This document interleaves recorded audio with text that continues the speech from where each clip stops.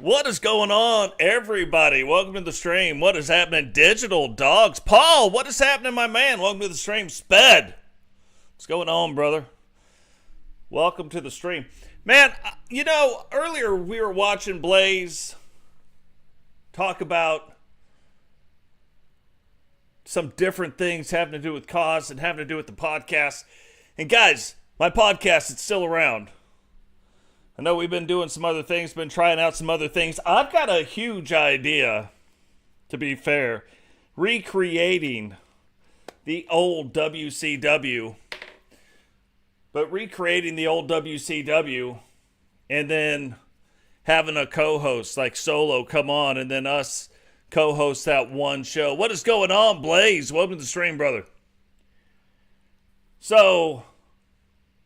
and for the last week, the last 5 days, I've wanted to do my podcast. We just haven't got to the point where I could do the podcast. I swear I keep bumping this camera. Just haven't got to the point where I can do it. Like, other things come up, other fun things, and we end up going in that direction. So, but tonight, we've got a bunch of stuff happening.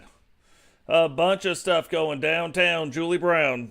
This is the match card so nice, I had to make it twice. Actually, it's a match card so big, I couldn't even fit Digital and Sing's match in there. And so I debated for like 5 minutes. Am I going to add a match or I didn't. This, because it's so big, I'm going to show you here in a second. But look, guys, starting off, we're going to get Dubs and the Predator, Sammy Shaw. To Sammy Shaw, as he's starting to set his sights on the Samurais. You know they call him the Predator. That's probably going to come into play. Then Sam Hacksaw putting the WCW Survival title belt on the line. And you know there's only one way to win that, and that is in an elimination chamber. Then the rise of Brutus Walters going to be facing off against Blackheart tonight. Remember, Blackheart, former two-time WCW World Champion, going after the hardcore title tonight. JP, as advertised, will be putting the World Television title on the line. The men do it every Nitro, the women do it every Thunder, so he'll be putting it on the line tonight against NWO member Jace Wagner. Now, one of the most interesting things that I've seen, remember, Totes is hurt. He is going to be hurt for another week, but got put into a position where tonight he is going to have to wrestle hurt. So hopefully Rowdy maybe can pull that team through. Right now, the current Universal Tag Team Champions. But one of the greatest tag teams ever, the Hit Squad, Cecil Davis and Kempty Watson, have never fought. So obviously never won the Universal Tag Team Championship title belts. Eric Bischoff says that is going to change tonight, giving them their shot here on Nitro. Then Anita T will be facing off against Allison Wagner, making her debut in the Last Thunder. We're going to get to see her here tonight. Serra, no title belts on the line, but Serra going up against Ozzy. Now, the interesting thing about this, we know Repentia has been working her way up the title ranks. Her tag team partner tonight getting a shot to face off against the WCW Women's World Champion. And this is the match. And I hope it looks like it has been fixed, but I said we wouldn't be able to do the match. We're going to try it here tonight. 5-person table elimination match. We have seen the 4. 5 was broke, but 5 looks like it's been working in all the testing. We'll see if it works here tonight. But these women in the first ever 5-way table elimination match, and then in the main event for the Money in the Bank briefcase for the WCW World title, GC Rock and Blaise McCoy. Blaise Radio in the stream right now. We'll be putting it on the line here in the main event. So now that we know all the stuff that is going on, let's go ahead and get this thing started.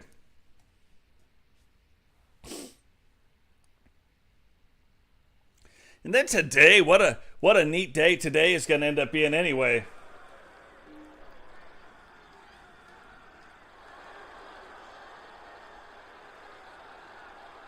I haven't been a good boy yet, so now we've got Crown in the cup. for today.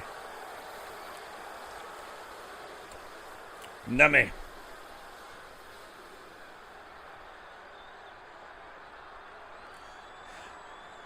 Somebody is about to get blazed. The following contest is scheduled for one fall, making his way to the ring, representing the powers of pain from Japan, weighing in at 237 pounds, Madman Andrew Dubs. So Dubs fighting through some injuries on his own as of late, but cleared by the WCW medical staff to have his clean bill of health to wrestle here tonight. But he's still been wrestling. He's been wrestling a little bit here and there, on and off, even through the injuries. But tonight, not in a tag team match, one-on-one tag partner, may not even be in the arena, will be facing off against the man they call the Predator. And his opponent from the bottomless pit, weighing in at 221 pounds, the Predator, Shaw. Somebody tried to stop the Predator with all that fire, but he just ran through it, came on down to the ring anyway, and is ready to get this thing started. No title belts on the line, but a lot on the line here tonight. Both men looking to start their winning streak. Both men looking to start their climb back up the ranks. And that starts right here. And look, right away the Predator gets off, wants to get off to a fast start, knows that he should probably keep Andrew Dubs out of the corner. So giving him a little bit of punishment on the corner right now, just saying, hey, I can work these corners too, bud. But is Dubs going to pay attention to that? You know that Andrew Dubs, his finisher happens in the corner. So I think right now, Sammy Shaw just trying to establish maybe the corner not the safest place for Andrew Dubs.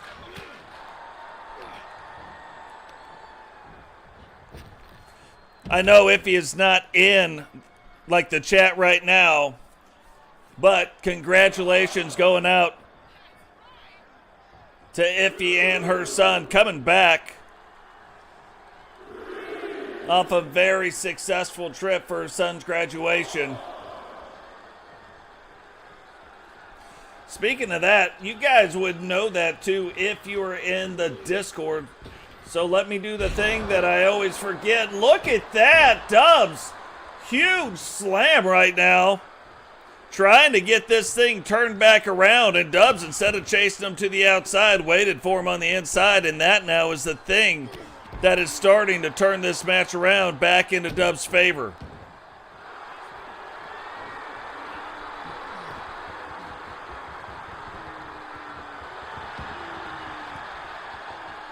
Oh, Predator finding a way to get out of that.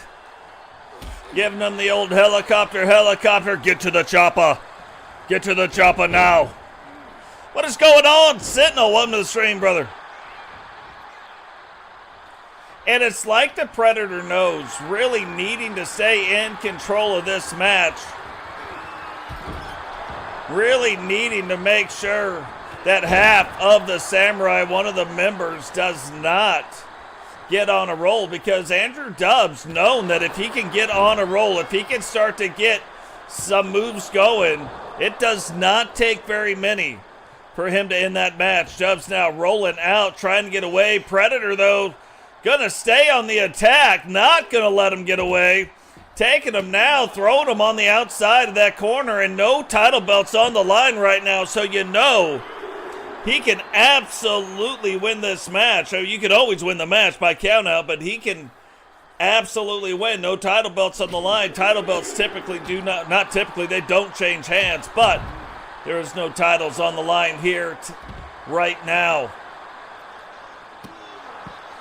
And look at this, Dubs fighting through and almost looking as if he knows maybe the Predator trying to get that count out win. But Dubs, knowing he's struggling a little bit, takes the Predator, throws him, talks all that trash to the crowd. Crowd getting a little pumped up. And Dubs using the referee, but so was the Predator, not allowing Dubs to hide behind the referee. And now the Predator doing some things we haven't seen, letting the feet go, letting the hands go, and the Japnadian, the man who learned how to wrestle in Canada but was born, or learned how to wrestle in Japan but was born in Canada.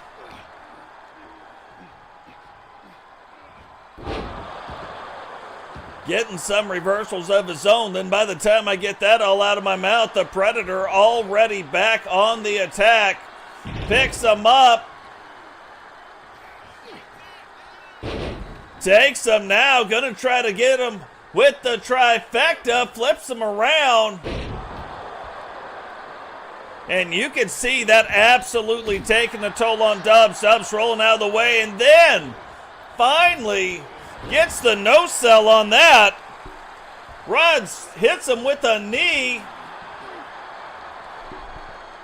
But again, look at this, except now Dubs understanding that there is a possible reversal coming in. Reverses the reversal, pushes down the chin. And the Predator able to kick out in one. What is going on? JP, welcome to the stream, brother. Man, if you guys have not seen JP's gimmick over in Solo Seasons Universe, you need to go check it out. It is maybe one of my favorite gimmicks I've ever seen.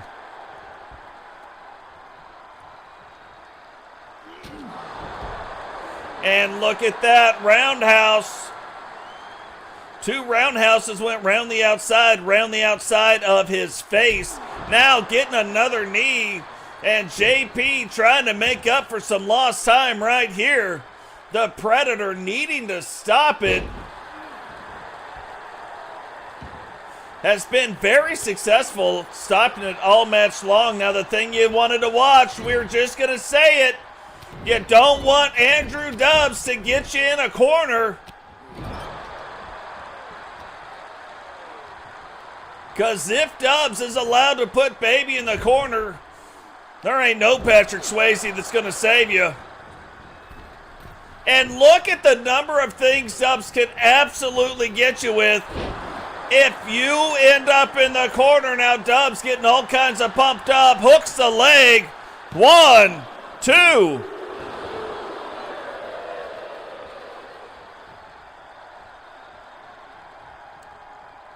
Dubs, I don't know if he can decide what he wants to do.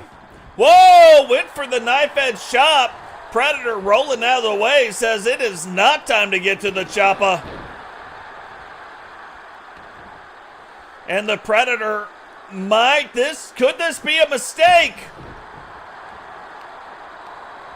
No, Dubs not pulling his finishing move out on him, but he does pull something else out on him. And another big slam. Dubs getting fired up. Picks him up and now locks in this sleeper hold, but you can see that there are more than just the 1 point of pressure, 2 points of pressure actually, by wrapping his legs around the waist and really increasing the torque right there on the windpipe. But the Predator, not your normal guy, able to get out of that.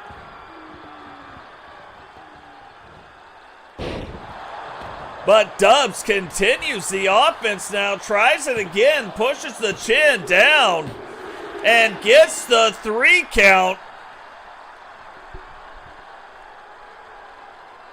Here is your winner, Madman Andrew Dubs.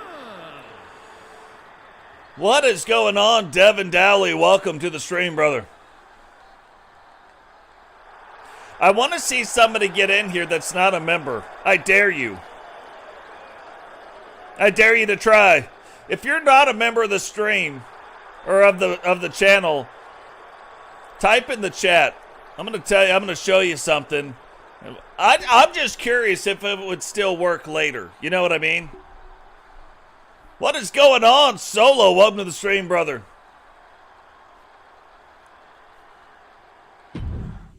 But Andrew Dubs coming back off that injury, off to a quick start. Yeah, I don't know if it goes past that stream or not, but I know there's still 17 memberships that are out there.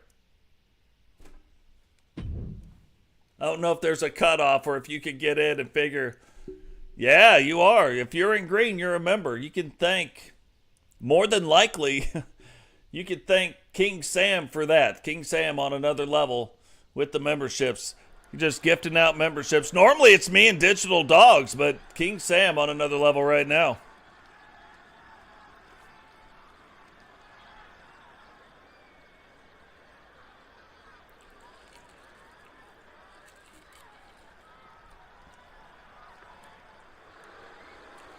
Yeah, there we go. Prime time. Prime time. Oh, it's not on there though. Chillivac. The whole Bay is in the audience. Welcome. The Bay of Iffy. The following contest is an elimination chamber match and is for the Professional Wrestling Extreme Classic Championship. Introducing the challenger from Manchester, England, weighing in at 235 pounds, Sawyer. Hey, if Blaise is still in the chat, now that we got Prime Time and we got Chili, is there a way, without clicking on the green thing, to accept memberships? Like, is there a way to change your settings so that you can accept gifts?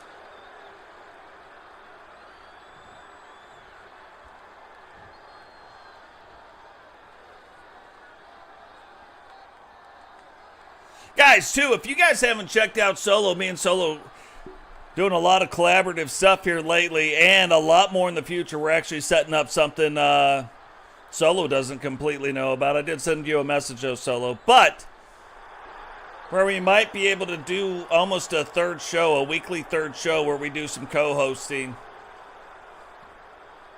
Might be pretty fun. Look at this. Speak of King Sam, and he will appear, but he is going to have to defend his title belt now. From the beginning. No, my bad. My bad. From Tampa, Florida, weighing in at 228 pounds, the Professional Wrestling Extreme Classic Champion, Sam Hacksaw. But a brand new look for King Sam. All new tattoos, brand new face paint added in there, brand new entrance attire. King Sam really starting to come. Sam Hacksaw starting to come into his own here now in the WCW. But yeah, guys, go check out Blaise Radio. Go check out Solo Teaching Universe. Give them a subscribe. Man, I asked you guys the other day, it was after our last stream, to go in and get into somebody else's. She's a smaller streamer, and you guys jumped in there. Probably added about 15 subscriptions to her channel. That's amazing. You guys are amazing. You guys do amazing things in the community. Really appreciate it. There's another stream, smaller stream going on right now too. They're still streaming, but I told them maybe they end up hidden here by the end of the episode, and we'll give them a shout out too, and get them rolling. But yeah, at the beginning of, oh, look at that little change to the Nitro Arena. Another little picture right there, walking out on some of the greats of WCW. But right now, Matt Storm making his way down to the ring. And look, there's a lot of good things, I have a feeling, coming from Matt Storm. I look at Milkman and Matt Storm seem to be of the same vein. I could easily see Matt Storm holding a major WCW title belt. Introducing the challenger from Nashville, Tennessee, weighing in at 206 pounds, the Captain, Matt Storm. And Prime Time, if you guys don't know this, Prime Time is the Predator, Sammy Shaw.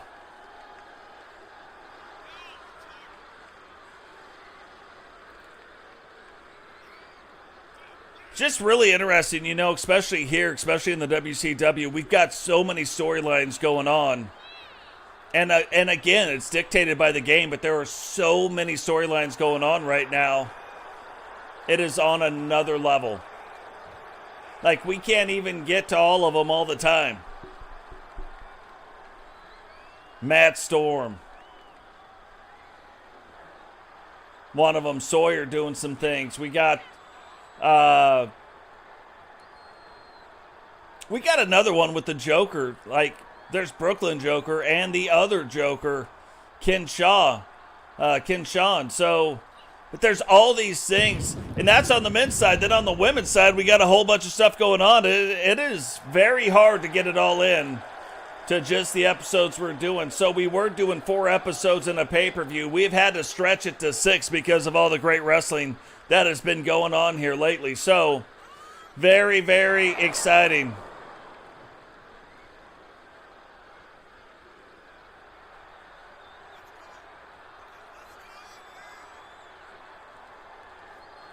Yeah, that's the other.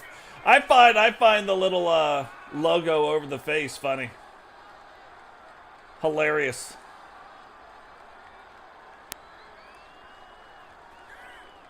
But right now, we have seen this one time already, but Vipero Jr. coming out with this brand new look. And looking more and more like he is heading in and on the dark side a little bit.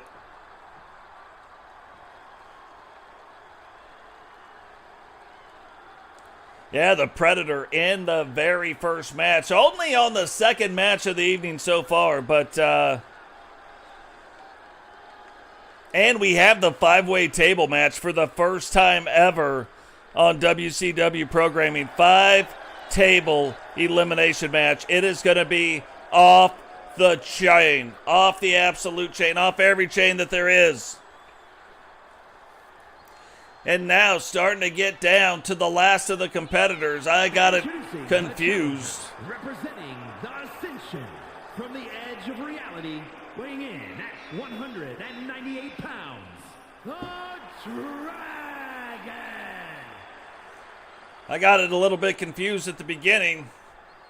But now, right back on top of it, Dragonuv will be starting out this match with another one.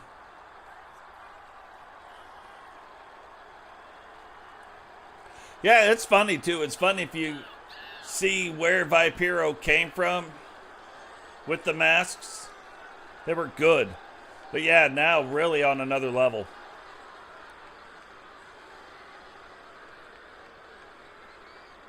So one of the icons in our universe, Dragonuv, don't see a lot of them these days, but getting to see him here tonight, Dragonuv really focusing on running his wrestling school, and his wrestlers will be coming out here before too long. And then you got to wonder, like, who is involved in his wrestling school?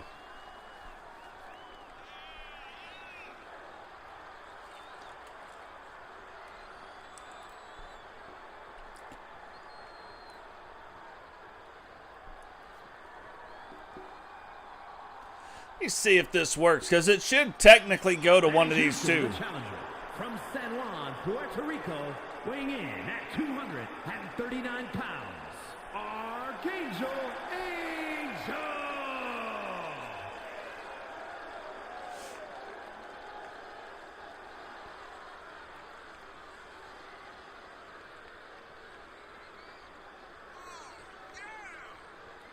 Actually, before we even do that, let's do this.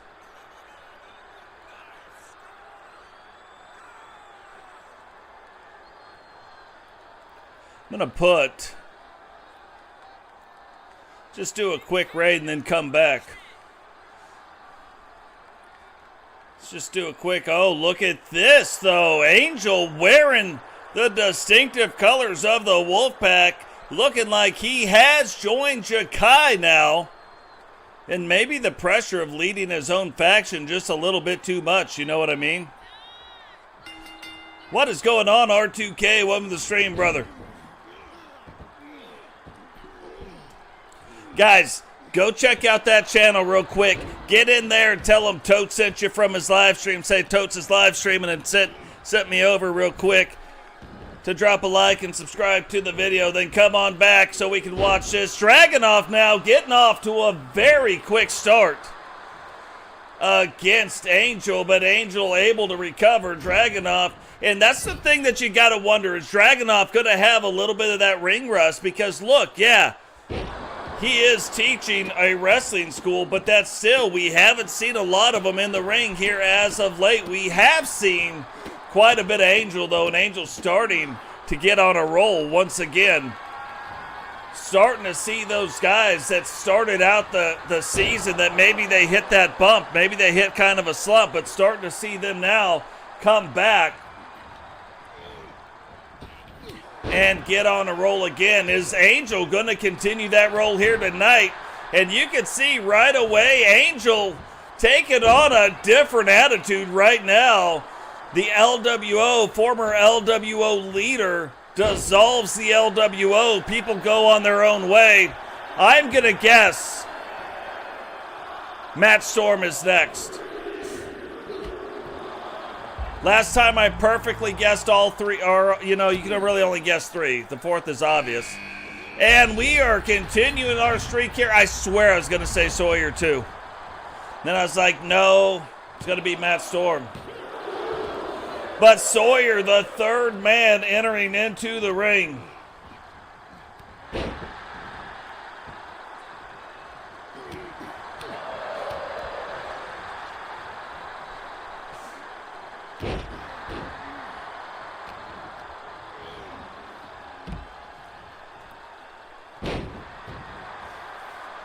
And now this basically becomes a triple threat match. But remember, at the end of the day, your champion is Sam Hacksaw. So will Sam be able to retain his title belt here tonight?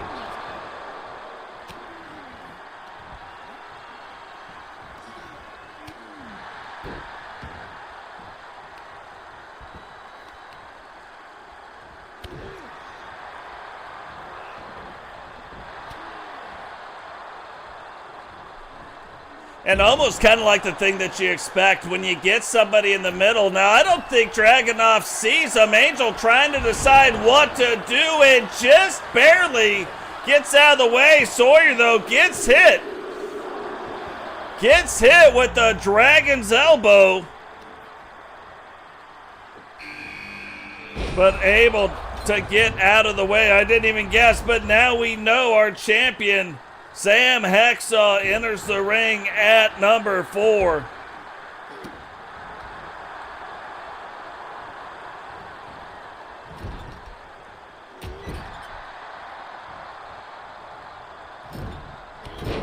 And this kind of starts boding a little bit better for everybody in the ring. When you can have 4 people in the ring, that's one thing. But look at this. Sam doesn't care if there's an even or an odd number of people in there. So far, really controlling the ring. Sawyer trying to get in on it. Angel trying to get in there. Everybody wanting to get a piece of the champ. Huge slam by Angel.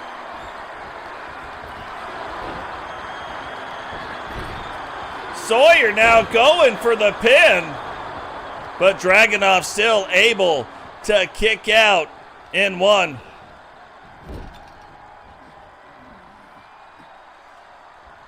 I believe you could do it, though, Chili. You know what I mean? From what I've heard, I think you could lead the raid by yourself.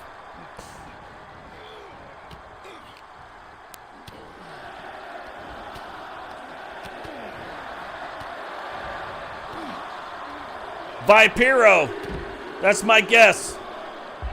Vipero.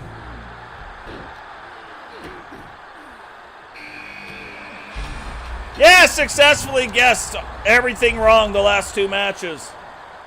I'm on another level. Sam going downtown, but Sawyer able to miss that, but does not Miss what is happening by the perfect storm, Matt Storm. And Vipero coming into this match last.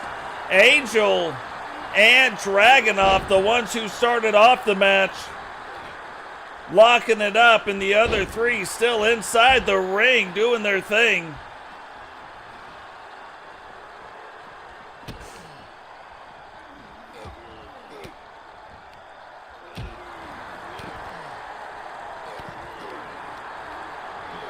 That is kind of funny, though. You know what I mean? But you got back fast. We haven't even had an elimination in this match as of yet. These guys, sometimes we see fast eliminations, but this match just not going to be one of them. Dragonuv blocks one, gets hit, blocks another, gets hit, blocks this, and finally Sawyer getting the best of them right there. Now, when you talk about what goes on the outside of any ring, you look at the outside of this ring and there is absolutely no give. Sam getting the first elimination against Dragonuv.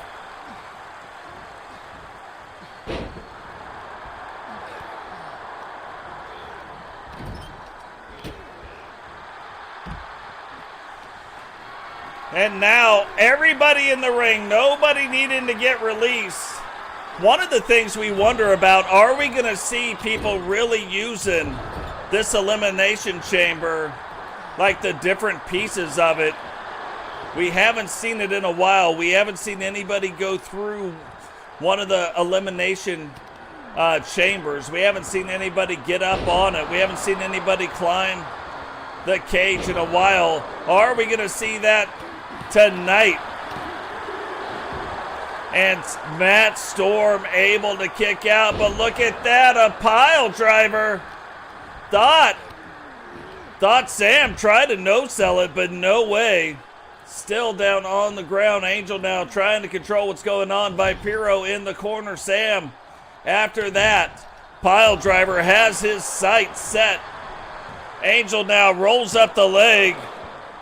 And Vipero kicking out into Sam, throwing Sawyer back in. Matt Storm coming back in. 5 people left. Which one is going to be? Guys, I have waited a long time for this. Sam, though, eliminating the next competitor. Sam going to try to eliminate everybody. But Sam putting the pin onto Sawyer. But guys, Crushing Kelly is also a content creator, runs her own shows. Go over, check out her channel. She is in our Discord, does an amazing job. Go check out what she does. Give her a like, subscribe to the channel, do the thing. And what is going on, Kelly? Welcome to the stream. Jamar Gaines, welcome to the stream, brother. And look at this, Matt Storm splitting open Angel with that nuclear-looking drop kick, but Angel still able to kick out into the champ, Sam Hacksaw, trying to control things, but look at that. Sam swings and misses. Vipero locking in the constrictor against Angel. Is Angel gonna tap? Matt Storm right now controlling the champ. Can the champ get things turned back around? Brainbuster. And Vipero might have just saved the champ from a worse fate. Sam now trying to defend the men's survival title, a WCW Special Series belt. What is going on, Jesse Jackhammer? Welcome to the stream, brother. Again, Jesse, also a wrestling promoter. So very cool. Yeah, I kind of sent some people over to his stream.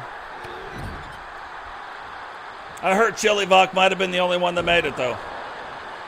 We'll get that fixed, though. We just got to get him in here, get him in the Discord, then we can do some rating. Rating from the Discord seems to be an effective way to get people noticed. And look, at the end of the day, that's what it's all about. What is going on? Animation Studio, welcome to the stream. That's what I'm talking about.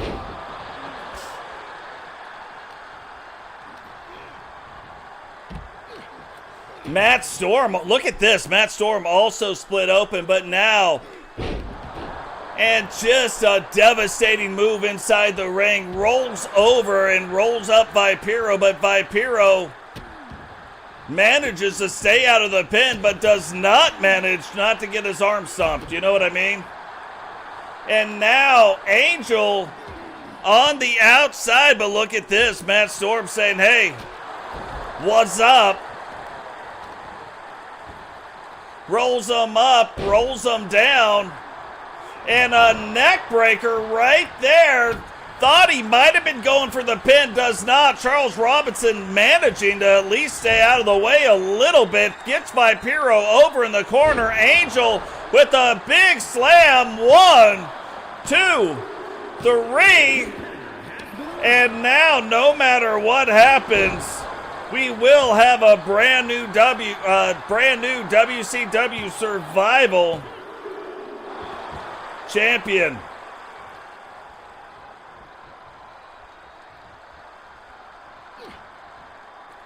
And then there were 3. And look, right now, like Angel's been doing very well, Vipero, but Matt Storm has been controlling his little slice of the ring as this match has gone on.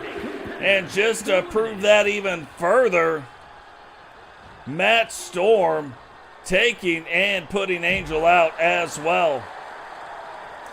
Now the very next pin is going to determine who the brand new WCW Special Series Survival Champion is. Remember, the only way to win this belt is inside this Elimination Chamber. It's a Special Series title belt and comes with some nice boosts. Matt again goes, hooks the leg.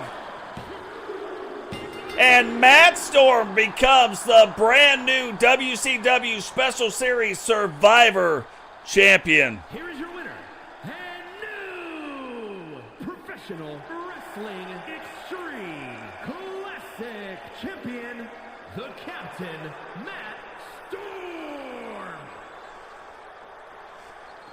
I told you when Matt Storm came in, we saw definitely has the pedigree to go far in the WCW, now holding up his very first Special Series title belt.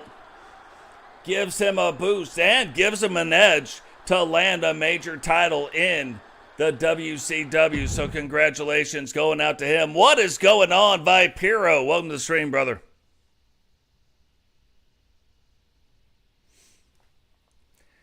Now, this is one of those things that is absolutely amazing to me. You know, we talk about the stories, we talk about writing storylines and how things go and what things are happening and what is not happening, what is happening, how it happened, and oopsie daisies. This didn't happen, but this might have happened, but all of a sudden this over here happened. This match. The following contest is an Extreme Rules match and is for the WCW Hardcore Championship. This match is a great example of things that happen. And for whatever reason, right now, the big men in WCW have taken a stand. You look at him, you look at Digital Dogs, you look at Blaise McCoy, you look at the big men in the WCW. They haven't been on the biggest roles until late. Like, as of late, they have been. All of a sudden, Brutus Walters, who has been horrendous, to be fair, like, I mean, terrible. For his size, how is he not the world champion? Has not been doing well, and then all of a sudden, out of nowhere, just starts running through the competition, just running roughshod through him. Just he doesn't even care. Bull in a china shop, everything's getting broken when he's in the ring. Now, you look at a former two-time WCW world champion making his way down to the ring, trying to take away the hardcore title from Brutus, trying to stop Brutus's run right now. Can he do it? Well, we're about to find out. But I am telling you right now, while I would say if anybody could do it, Black would be the one to do it. I don't know if anybody can do it. Like, I'm not betting against Blackheart. I'm just not going to bet against Brutus right now. Brutus right now on an absolute another level. He's on level 10. We're all on level 2. Onesies and twosies.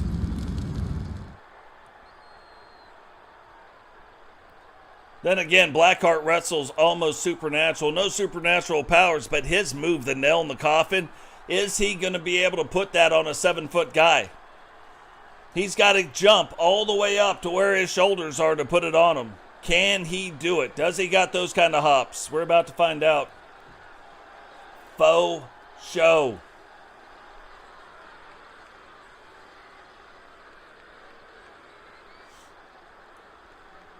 Look how tiny this belt looks. Everybody else, this belt is huge. Brutus. It's like a scene out of Disneyland, like Mickey Mouse. He's like, "Come here, little fella."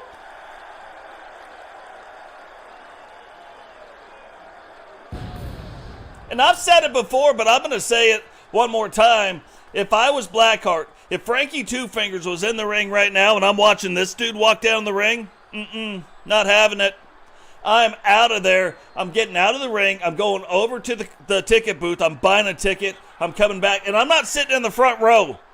I don't want them to see me. I'm nosebleed. I'm general admission, nosebleed. I'm going to find the cheapest ticket I can find. And then that's what I'm buying. And I'll watch the rest of the match from there. I'm not going to get in the ring with this guy. He's too big.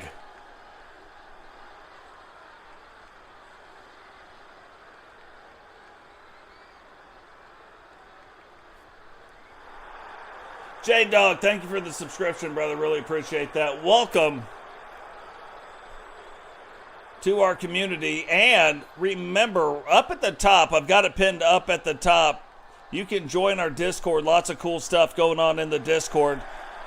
All revolving around wrestling life, hanging out, doing some stuff. This is an amazing community. If you want to be a part of it, that is really how you do it. That's how you get involved. If you're having a bad day, get in there. People always doing stuff in there that make me laugh. You know what I mean? I know. Mickey on steroids. That's exactly it.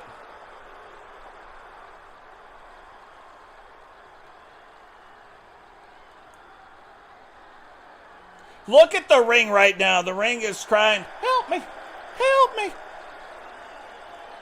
But Brutus, one thing is undeniable about Brutus. That dude is freaky. Absolutely freaky. When they came up with Halloween, this is who they were thinking of. They're like, "Hey, we gotta have a holiday that represents Brutus." And they came up with Halloween.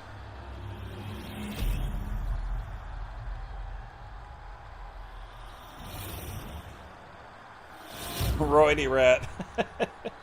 Introducing the challenger from Port-au-Prince, Haiti, weighing in at 266 pounds, Blaq. And his opponent, standing at 7 feet tall, weighing in at 379 pounds, the WCW Hardcore Champion, Brutus. Here he comes to save the day. Rowdy rat, I love it. Now, if you guys don't know, Blackheart in real life is a former professional wrestler. His name was not Blackheart. I don't know what it was, but I do know he is a former professional wrestler. Bama Boy, ask him about it.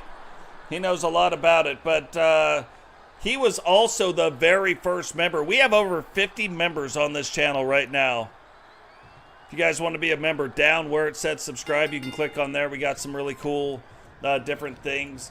I've got some things that are coming out very soon that are going to be amazing as well, especially for members. Really going to see some stuff as far as content goes for members. So I've got a guy working on some things right now. It's coming. If you're members, it'll automatically happen for you. But we have some really good stuff. If you guys want to do that, all the money goes back in to the channel. And because of some of the stuff that has been going on lately, we're really get to start stepping up our game. a lot more to provide better content for you guys. But yeah, shout out to all the members of the Bark Squad. And if you guys have it to where you can accept gifts, like turn on gift accepting, people get in and gift out memberships all the time. And I mean all the time.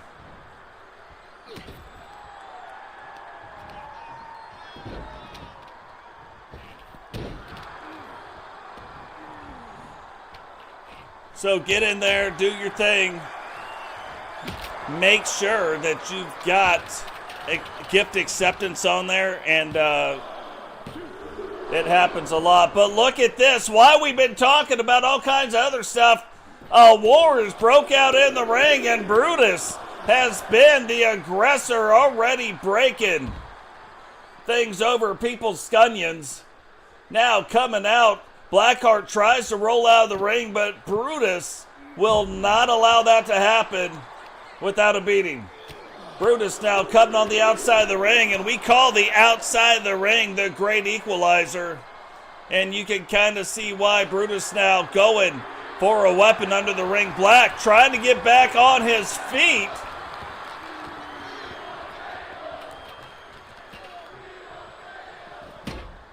And delivering a ladder, and look at this. It did not take Blackheart a long time to figure out, getting pushed back, so he goes right after, dropping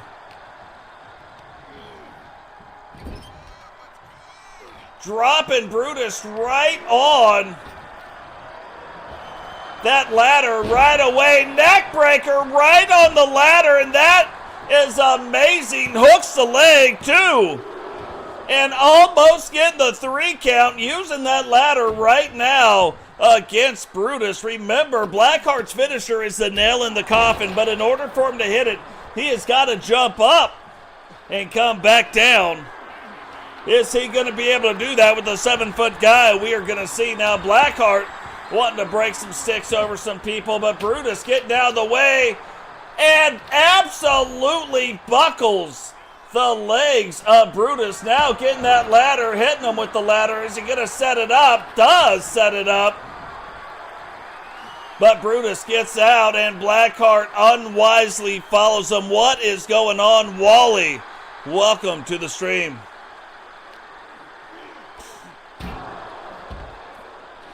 Yeah, I typically, if channels have memberships, I usually go in, for each federation. I can't do it to everybody, obviously, but I go in, I pay for my Blaise one. I buy a ticket to solos, like, little stuff, you know what I mean? Little stuff I can do to help out. But yeah, big business. I try to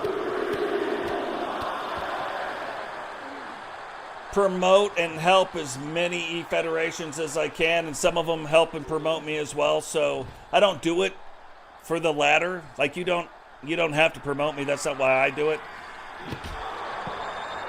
I think I was in Blaise's stream earlier, and look, I believe we're not on the same ship.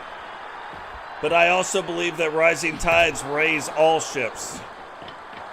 So, if you're doing better, I feel like I'm doing better. If this guy over here is doing better, we're all doing better. So, always going to be a thing with me, just helping out. I know a lot of us are that way.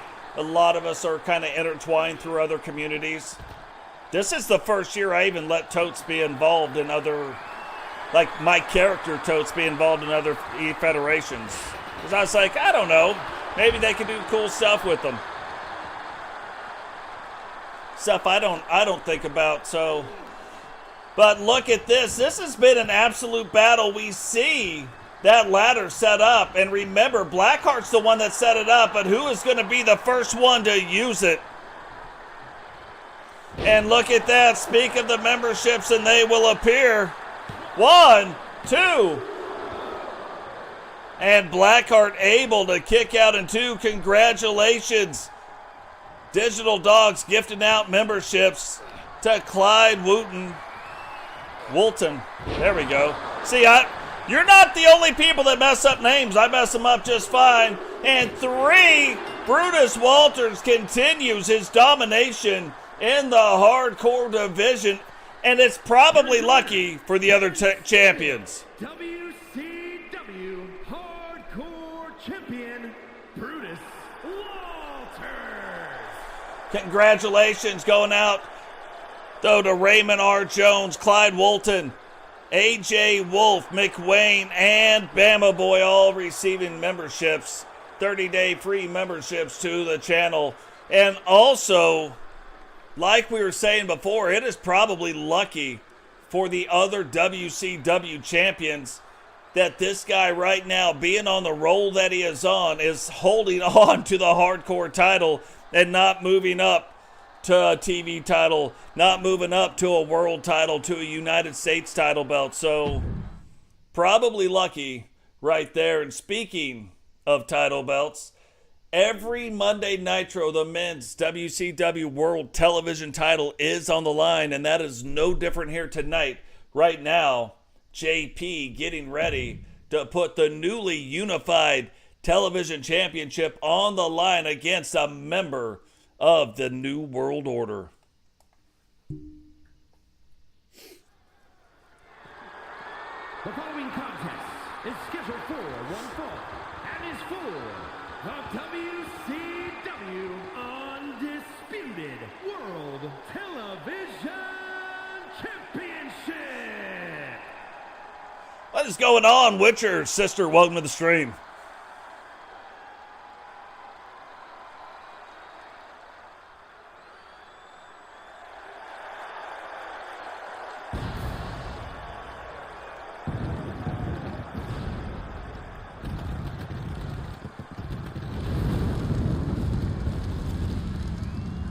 JP, see, it's the same thing. And you see JP will do the same thing. He buys his ticket as well, solo buying their tickets.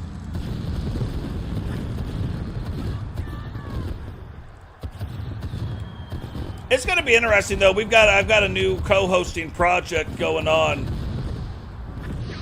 Don't have the particulars worked out yet. Setting up the universe for it. It'll be an old school WCW. None of these cause. It'll all be WCW, the old WCW wrestlers. And possibly doing some co-hosting with Solo. So we'll see how that goes. That should be fun. We got the podcast thing going on. Podcast will happen tomorrow. One way or the other, it's happening tomorrow. So many things have happened within podcast in the last 10 days that, like, I haven't been able to do it. So I don't care what goes on tomorrow. We will be doing it.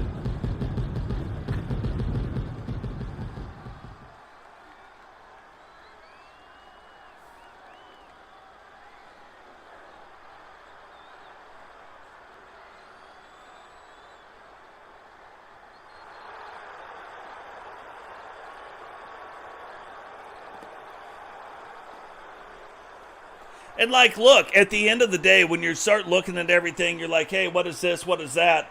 The one thing that I know, that even the old ones are starting to like JP. He's looking for haters. Like, he's got ads out in the paper. He's looking for them. The old guys are starting to like JP now. They're coming around. They're starting to get it. They're starting to understand his style. And JP wins the unification of the light heavyweight champion, which he was, and the WCW World Television title. Those two belts then unified into one, becoming the WCW World Television Championship belt. That belt defended on every single Nitro, and that belt defended here tonight.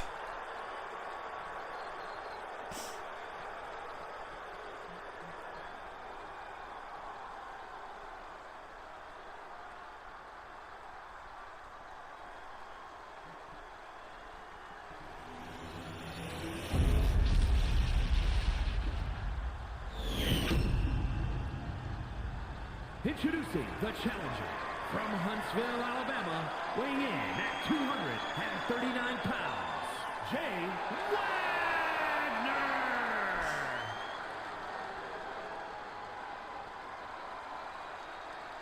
his opponent from Salt Lake City, Utah, weighing in at 193 pounds, the WCW Undisputed World Television Champion, JP. But JP winning the very first Cruiserweight title. And look, still to this point, the greatest WCW Cruiserweight champion we know. Ends up losing that belt and then going on, winning the light heavyweight title. Defends it one time. And then the light heavyweight title and the television champion, Andrew Dobbs, have a unification match.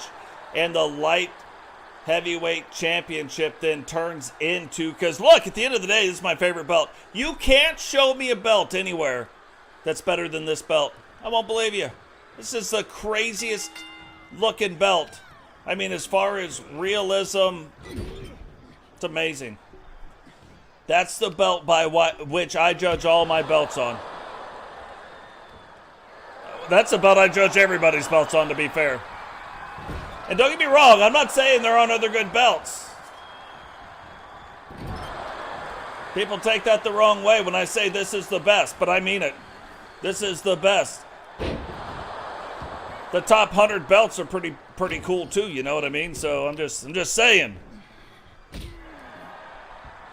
Yeah, all hail to the Raven. Raven really taking a back seat as of late, kind of sitting in the background right now, not taking a spot on television so much, kind of pushing his other guys forward, pushing JP forward, pushing Jake Plague forward. Jake Plague coming off a really good hardcore run as well. Ends up losing to Brutus, but again, JP already split open by Jace Wagner, and this kind of goes to show you JP giving up about 40 pounds or so to Jace, so not an easy thing, but JP always wrestles bigger than he is, and standing right in the middle of the ring, toe-to-toe, going back and forth with Jace. And Jace, again, JP says, hit me, doesn't even care about blocking it, so Jace is like, hey, let me get in as many as I can. JP says, do it again, but this time sets up Jace, and then hits him with a huge kick right up underneath the chin. But remember, Jace has a finishing move called the Jace of Spades. It has got to be the most devastating move. That one, and then TJ's got the golden sledgehammer. That's another one. But between those two moves, I don't know which one is more devastating. You get hit with those moves, no way Frankie Two Fingers is getting off the mat. You know what I mean?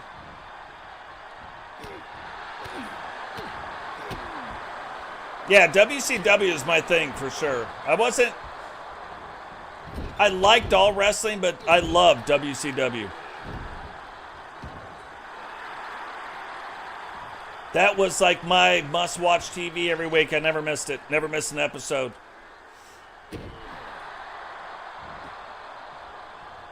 My wife's like, why do you watch this? I'm like, watch it, you'll see. She didn't, so she had to go, you know what I mean? Now I'm with the woman who gets wrestling. Just kidding about the wrestling thing, but I would have. But yeah, I love WCW. And look at this, JP delivering that knee on the outside of the ring. Now we got to say it because they're on the outside, but you cannot. The title belt will not change hands on a countout, whether you won it or lost it. It'll remain in the champion's hands. And now here we go. JP hitting that frog splash on the back of Jay, setting up his move. Gets him in, rolls him up, and hits him with the big purple button. 3. You'd laugh if you guys knew the inside joke to that. That is not the name of his finishing move here. Here is your winner, and still WCW Undisputed World Television Champion, JP.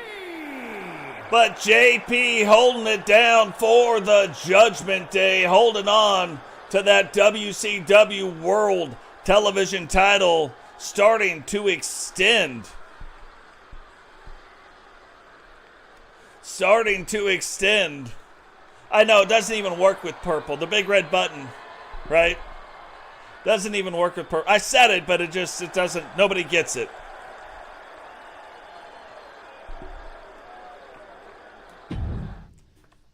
I feel bad because Witcher, I introduced you to the E-Feds. And then I set the bar. I don't even know where it's up there. I don't know where the bar's at. You know what I mean?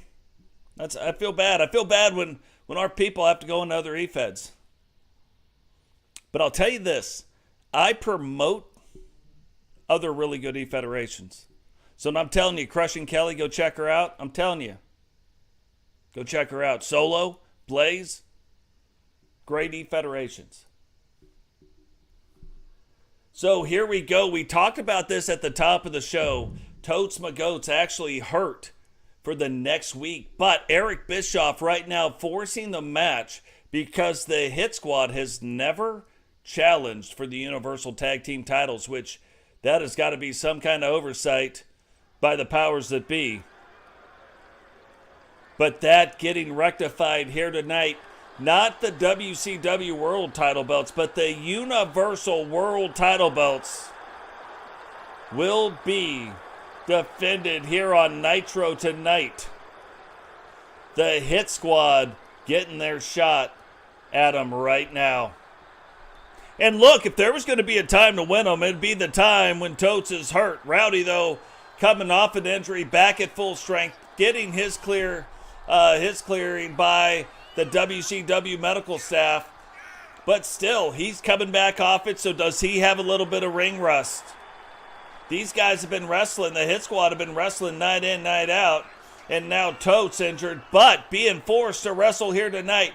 Will Totes and Rowdy try to keep Totes out of the ring for as long as they can? Maybe they do, maybe they don't. When you're wrestling a team like the Hit Squad, the oldest tag team that we've got right now in the WCW, these guys have been wrestling together for over 6 seasons.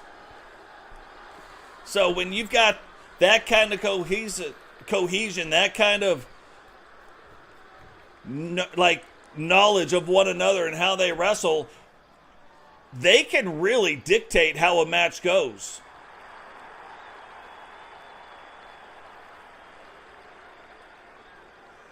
And it says Universal Tag Team Champions, but the Horsemen not even bringing the belts down. They're just like, whatever, we'll leave them in the locker room because we know we got this.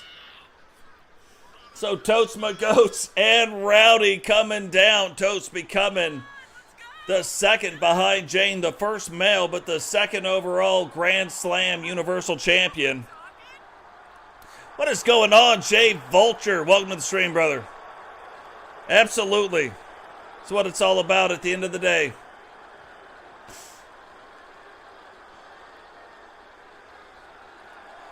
Gotta support each other. So I have never seen the Universal Tag Team Champions or the Universal Tag Champions just decide not to bring the belts down when those belts are on the line. It looks like the referee has gone back to the back to get them. And now hands it to him and says, look, these belts have got to be down here. You guys stop screwing around. But look, they're horsemen. They don't care. They make up their own rules. They do their own thing. The following champion versus champion contest is a tag team match set for one fall and is for the Universal World Heavyweight Tag Team Championship. Introducing the challengers at a combined weight of 429 pounds, the WCW Cruiserweight Champions and the WCW Super Extreme Tag Team Champions, the Hit Squad. And their opponents at a combined weight of 564 pounds, the Universal World Heavyweight Tag Team Champions, the Four Horsemen. Finally, Iffy has come back to the WCW. I know you guys all know Iffy. Iffy is the moderator in our Discord. If you guys have issues and you can't get a hold of me, get a hold of Iffy. She does have the power to fix things. Or keep Totes in line. That also happens. Sometimes Totes gets crazy too. But just like we talked about a little bit earlier, looking like the Horsemen trying to go with that, trying to maybe protect Totes a little bit. Totes having that abdominal injury. Will that play a factor here tonight? Rowdy starting off this match. But like I said, these guys on the other side, the Hit Squad, have very, very strong knowledge of how the other person wrestles. And look, Cecil wasting no time getting over, attacking Totes, but hitting Totes in the head typically doesn't do you any good. He's got that hard head style of wrestling.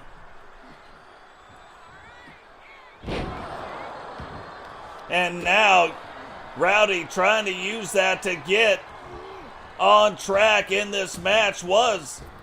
Had things kind of turned around there for a second, and now getting them turned back around. And that's going to be the big thing. You look at the Horsemen really winning it on the power side. However, that means they probably give up quite a bit of speed when Rowdy's in. Totes kind of in the middle, Cecil kind of in the middle. But Kempty, the cruiserweight title, a lot of speed coming out of what he does. Cecil Davis, a light heavyweight. Totes, a heavyweight. And then Rowdy, obviously, he's like one of the tweeners that we talk about on the heavy side. They call him a super heavyweight, but really more of a heavyweight plus, maybe. Oh, almost got Totes from behind, but Totes able to grab. And look, he's like, hey, I saw what you tried to do. Went for the kick, rolls in the ring, however. Referee trying to stop him, Totes not being stopped. And now Totes getting after both of them. Cecil rolling in the ring. Wondered if Totes saw him. Totes doing some dancing. Cecil digging the dance, so doesn't do anything, and then driving Cecil's head right into the mat. But now you got to wonder, is Totes going to try to get back out of this ring? So far, hasn't really taken any punishment, so not too bad for the injury, but that could change quickly. Totes able to stay on top of it, able to keep in control of the match. And remember, this is one of those things where you start talking about the pacing. The pacing doesn't have to be fast, slow, medium. Doesn't matter what the pace is as long as you're the one controlling the pacing. Kempty now going for the lower body, but really what Totes has got to watch out for is anything having to do with the midsection. Like that, landing right on his back, and you can see already that taking a little bit of a toll. Totes already starting to move slow. Cecil taking it to the downtown area. And another slam right there. Totes going to try to get out, and wisely the Hit Squad making sure he stays in the ring. Like, you know, if you're wrestling in this match and you know a guy on the other side is injured, you certainly want to keep him in the ring. That is probably your best chance of winning, especially when you're talking about having Rowdy on the outside of the ring. You know what I mean? Like, Rowdy's a big boy. Do you want the big boy or do you want to fight Totes? I mean, I'm going to pick Totes every time.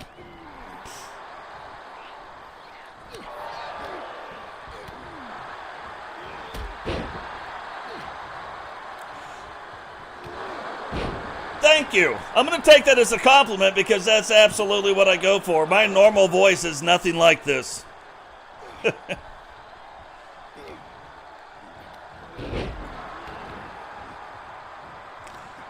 Yeah, I was thinking the same thing, Iffy, like the BSW part of it.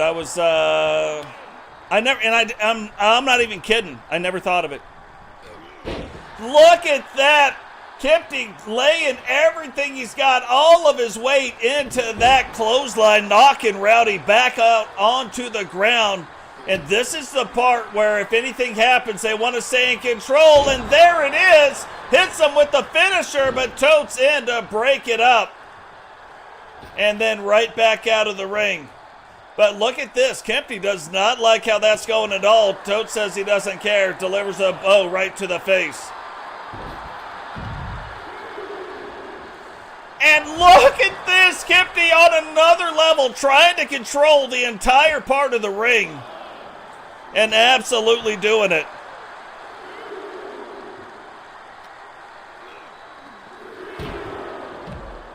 Yeah, and you would think it's so simple. Like, why didn't I think of that? But I absolutely did not think of that at all. When I said it, I was like, I hope he doesn't think I'm being a smart aleck, because I'm not. I legitimately didn't think of that. That might be the one, too. I want to wait and see what other people have to say about it. Guys, if you don't know what we're talking about, there is a Discord link at the top of the thing. I just created a channel inside the Discord talking about the future of WCW and what it means as we grow. So, some changes will have to be made. Won't be this season, might be as early as next season, the way things are happening. The growth is happening fast and furious, which is good, and that is thanks to the community. The community is the one growing the channel. The community is our primary thing. The channel is a secondary thing. This is just how we get to hang out and do our thing. But we're growing at a rate to bring you guys more stuff and better stuff. Some things will have to change. So get in there. Let your voice be heard. The other thing is, I was just talking about this today, too, with somebody else. This is the first year. Look at that kick. Rowdy on the ground, grabbing his head. Cecil now tagged in. Is he going to try to hit him with the breach? Rolls him and throws him out of the ring. But talking about this is the very first year that all of our title belts, and then some, probably 150%, every title belt I've created is in community creations. Every single title belt. Iffy will put the hashtag in there, but it's hashtag Totes. That's hashtag TOTES in community creations. And every single created wrestler that I have done is uploaded now on community creations. Almost all the arenas. You could almost recreate my show if you so chose to. That's if you choose. And then add your own flares to it. You know what I mean? Hey, Raymond R. Jones. Welcome to the stream, brother. Yeah, that was Digital Dogs gifting that out to you. So, Digital, big-time contributor, big member of the Bark Squad. That is now 56 members we have in the community right now. So, and there it is. That is the Four Horsemen's finishing move. But look at that. Kempty able to save Cecil from getting pinned. Now Rowdy trying to get a breather. Kempty not having it. Rolls him in. Totes on the ground. Cecil now takes Rowdy, throws him against the ropes. And could he be doing this? Hits him with a drop kick. And then takes it on the outside of the ring for a second. And again. Two Trailer Park Cecils go round the outside, round the outside, round the outside. What? Guess who's back? Back again. If he's back, tell a friend. Now look at this. Rowdy going for his finisher. Cecil able to stop it. Puts him into a side Russian leg sweep. Hooks the leg. 1, 2. And you know this was going to be a fight. You knew it going in there. You got the hit squad facing off against the Four Horsemen. One of the horsemen hurt with an abdominal injury. But look at this. Rowdy picking him up. Almost buckling the legs. Rolls the leg. Hits him with the Rowdy Redemption. It just feels good to say Rowdy Redemption. It just rolls off the tongue.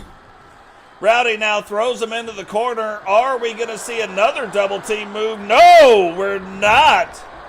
We're going to see coast to coast. With Art Bell. Who knows about Art Bell? Set some ones in the chat if you know about Art Bell.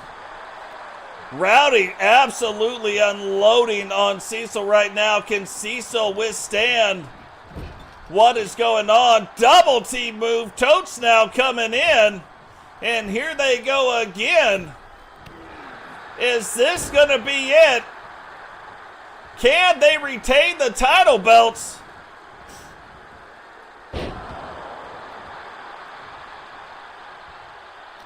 Thought we were looking at an extraction right there, but we're not. However, that is usually the prelude, and Cecil knows it. Cecil able to roll out of the ring, and Totes wisely getting back out again. Yeah.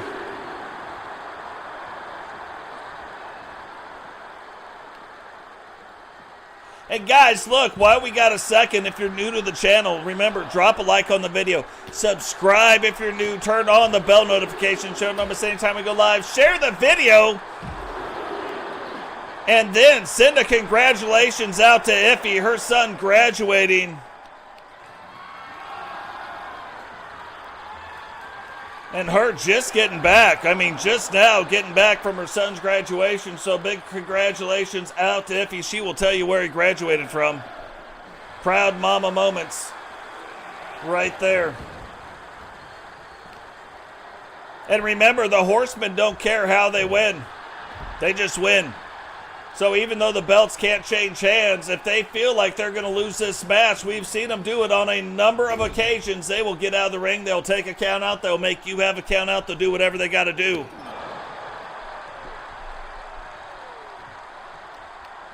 To win, that's all they care about. They don't care about the how. They care about the if they won or they lost. Now, Cecil putting Rowdy in the trio woe, getting to work on his abdomen. And Rowdy really taking the brunt of this match because of the injury to Totes. But Rowdy now trying to crawl over to Totes. Cecil, though, blocking his way. Rowdy trying to get around, but unable to do it. Then he finally gets up. Cecil not expecting that. Rowdy's like, well, if I can't get over there, let me throw you. Charles Robinson finding a way to get in the way. Rowdy now delivering the big back elbows, hooks the leg. 1, 2, 3, and Rowdy finds a way for the Four Horsemen to retain the Universal World Television Championships.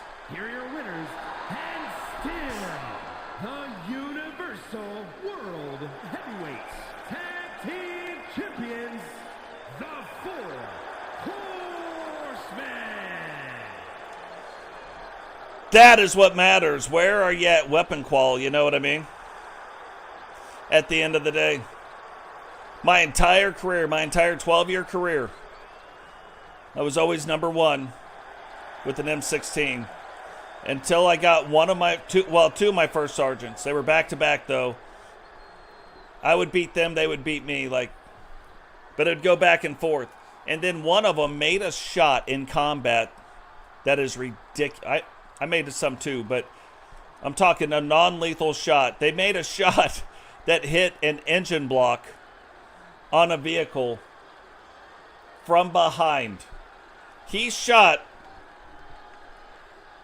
from behind, off to the side, and shot and the vehicle went off to the side. And then he looked at me and said, it's because I didn't want to kill anyone. Got back in his Humvee and started to drive away, and I was like, oh, you are BSing me now. But to be fair, I would have said the same thing. So hats off to First Sergeant Ski. Greatest non-lethal shot I've ever seen in my life. And congratulations out to the Four Horsemen. Now, we have seen a lot of things going down. We have seen a lot of stuff happening. But we have not seen the women wrestle yet. Anita T and Allison Wagner are about to change that. Still have the unbelievable 5-man table elimination match and the Money in the Bank briefcase for the World Championship. So, absolutely crazy. Not retired. I was actually, I was hurt overseas and got out on a medical. I would have did 30 years. The following contest is scheduled for one fall. Making their way to the ring from Boston, Massachusetts, the Destroyer, Anita. Yeah, 100% disabled vet now. After fighting the VA for 21 years. Hey, hats off to your dad. Thank you for his service. Now, you want to talk about just, like, I would not, there's like 5 of the women that I definitely would not even want to mess with. And here's one, Anita T, making her way down to the ring.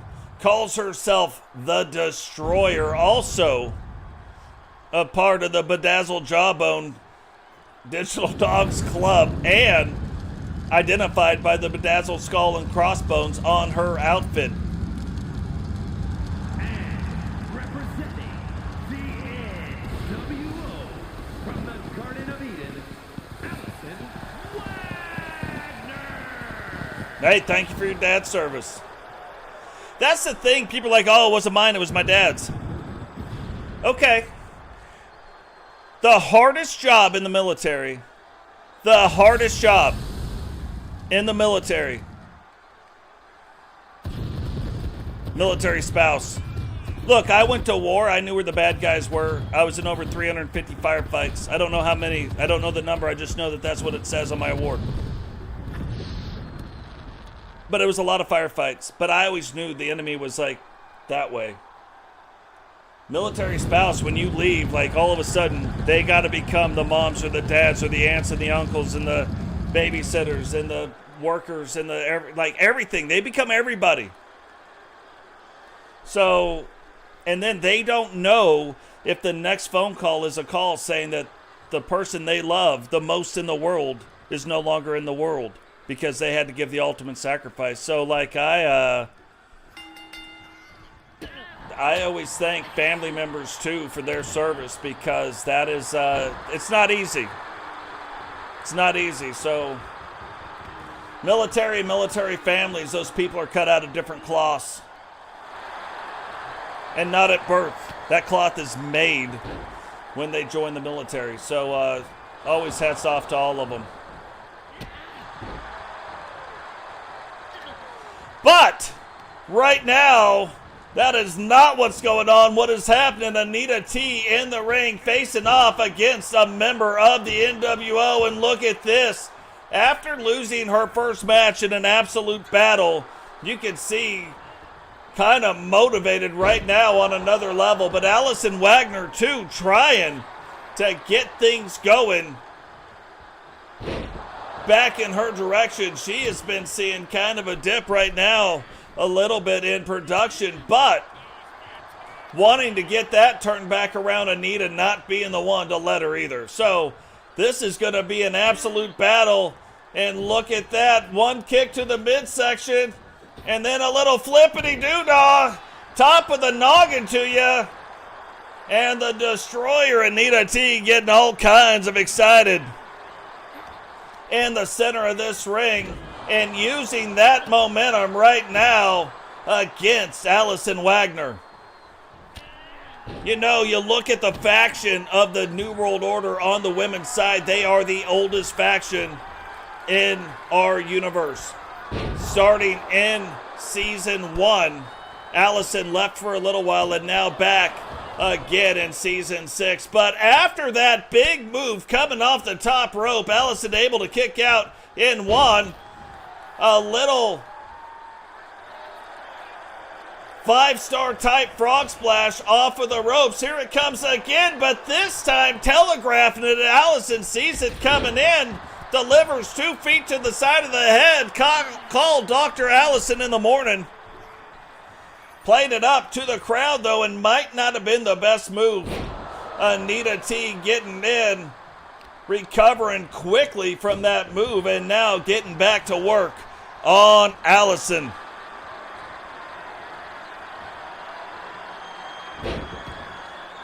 And look, this is one of those, what is this?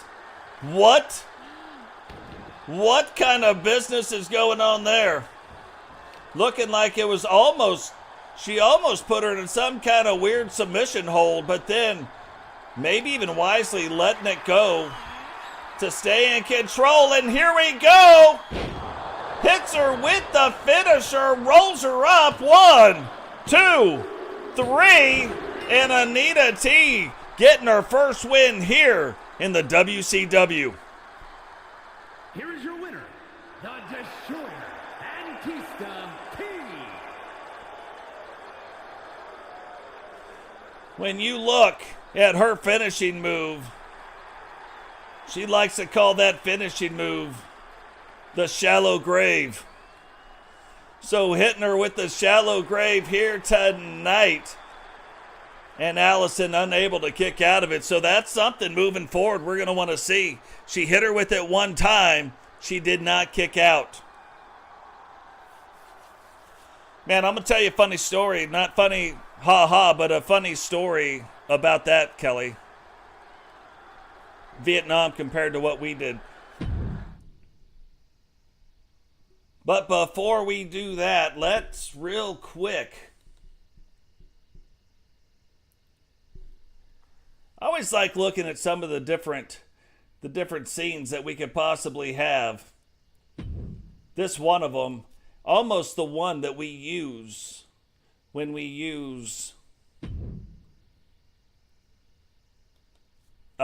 do our talk shows. So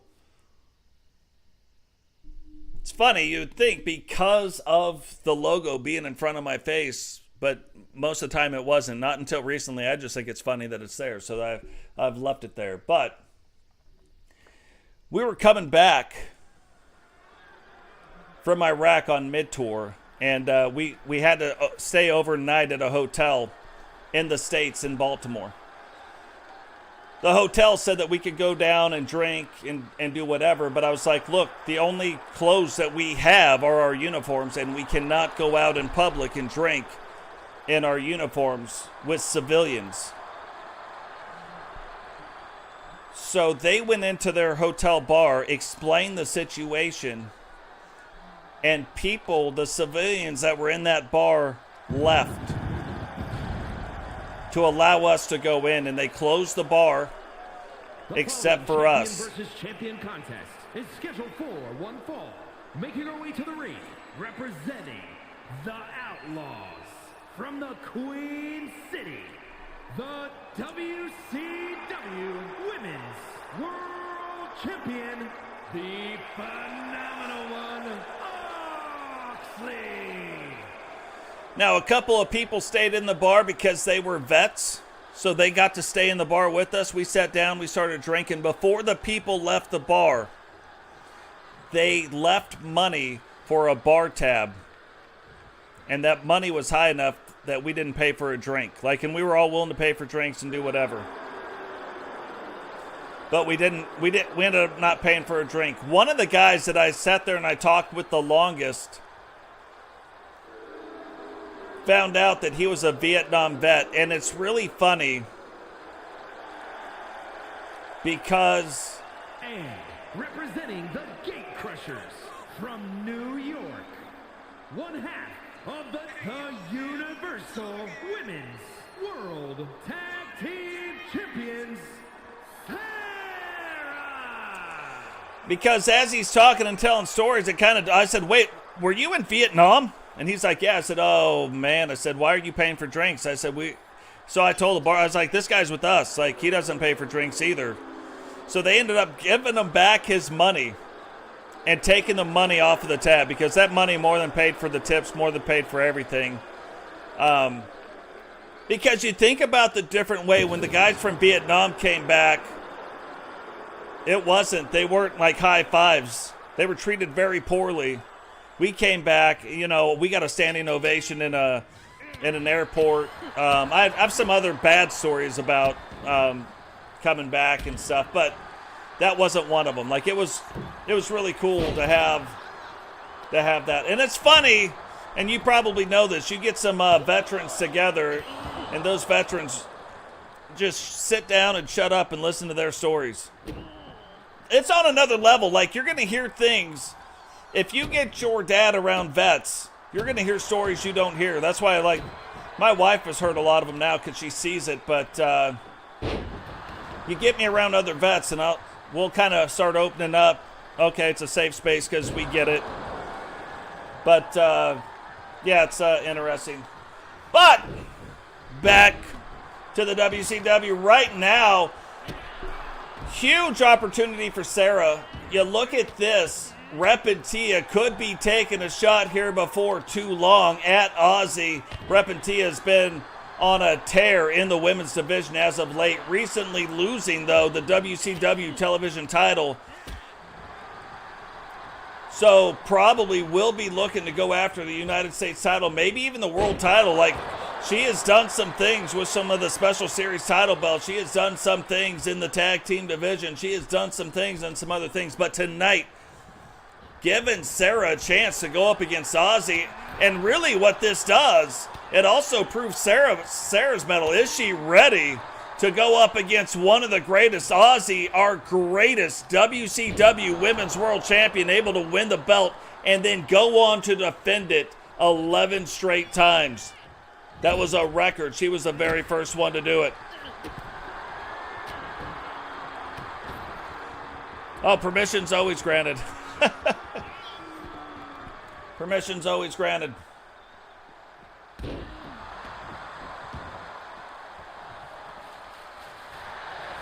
So now we go, rolls up the leg too, and we have seen her win off of that move. Listen to the crowd. The crowd knows what's awesome when they see it. But we have seen Iffy win off of this move, and now Iffy starting to understand that if she lets Serra get on a roll, Serra's got a very good chance of winning this. And now Iffy's setting up for it. The yellow brick road. Does Serra even see it coming? No, she does not. Now rolls up the leg. 1, 2. And look at this. Not many people can ever claim that they kicked out of the yellow brick road, but that is exactly what happened right there. Crowd all into this, and you know in the WCW, women typically putting on better bangers than the men, and this is no exception. Serra holding her own right now against the greatest world champion of all time and the current women's world champion at that. But it's weird because you would think that Cheyenne would immediately have gone after the WCW world title after finally losing, after 2 seasons, finally losing the Universal World title. But we haven't heard anything about that. Instead, only hearing whispers about Repentia possibly getting her shot at this world title belt because Ozzy wants to face the hottest and the best wrestlers. And right now, Repentia has got to be considered the hottest wrestler in the women's division. And that was kind of one of the things, like Vipero was the hottest guy at the time in the men's division. Oh, Serra able to step back, kind of block it. Ozzy coming up short. Is this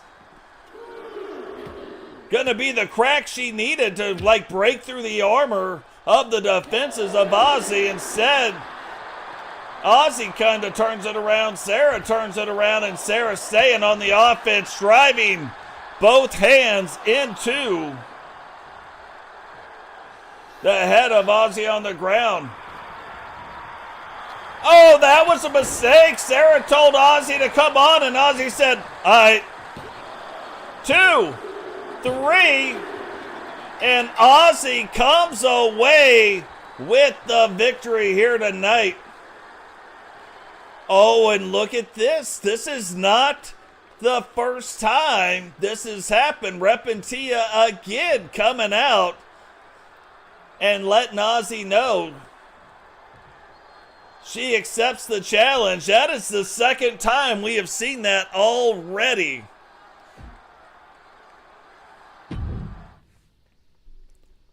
So really, the tension between Tia now and Ozzy starting to build. But again, what a great match, Ozzy and Serra. And now, the thing that I never thought would happen. The match, like this should only be on the pay-per-view. But it is about to be on right now on a Monday Nitro. Once the update of 1.24 came out, so far this match has worked every time. Now watch it not work for the first time. But it didn't work prior to that.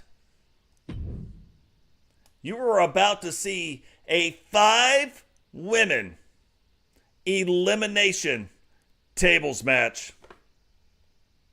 You're welcome.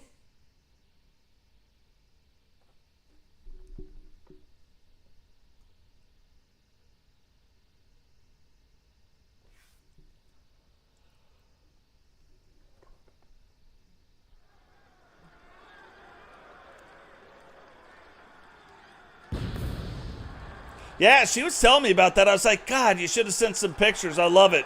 The following is a fatal 5-way tables match.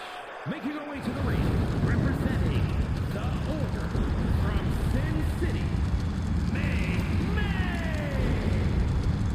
Yeah, anytime you guys are out and you guys are doing the things out there, like you guys organized an event or you did something, man, post those pictures. Post them in the community in the community thing. You can general chat, doesn't matter. Love seeing that stuff. Love seeing the stuff the community goes out and does, because I'm telling you, all this stuff is growing because of the community.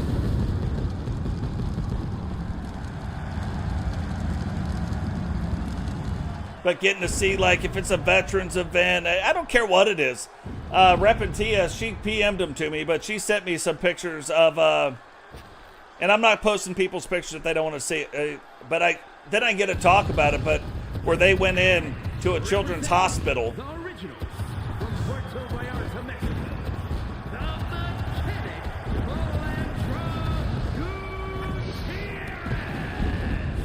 But you get to see the kids, how happy the kids are. Like, it's cool. Like, it's good stuff. We used to, me and my wife owned a 6-acre horse ranch, and we used to take our horses into the schools and then let the special needs students, we would get them up on the horse. We had these stairs. You'd put the stairs up. We'd walk the horse up and then get the special needs students up on the horses. And it is amazing what happens. You look at these kids, very, like, closed off, a lot of them. Not all of them, but a lot of them are. And you put them up on a horse, and their entire demeanor, everything changes about them. Like, they open up all of a sudden. There were parents, I'd cry. Like, I'm not an emotional guy, like, when it comes to that stuff. Not until I had my daughter, to be fair. But I don't get that emotional over stuff. But then to see the transformation, and to see the parents, like, oh my gosh, like, you know, this is our child that we get to see all the time, and now finally the world can see them. So we used to do it all the time. The school would be like, oh, we'll pay you to come out. We're like, we don't need money. We'll just come out, we'll load up the horses, and we'll come out and do the thing.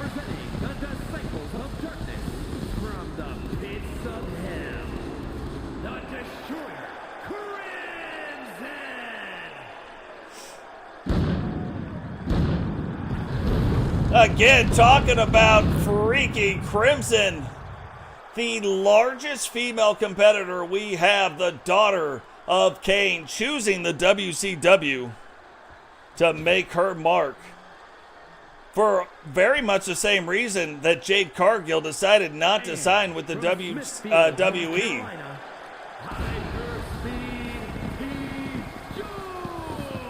but instead deciding to side with the WCW because our women's division by far the strongest between the two groups. They've got a strong division, but not as strong as we've got here in the WCW.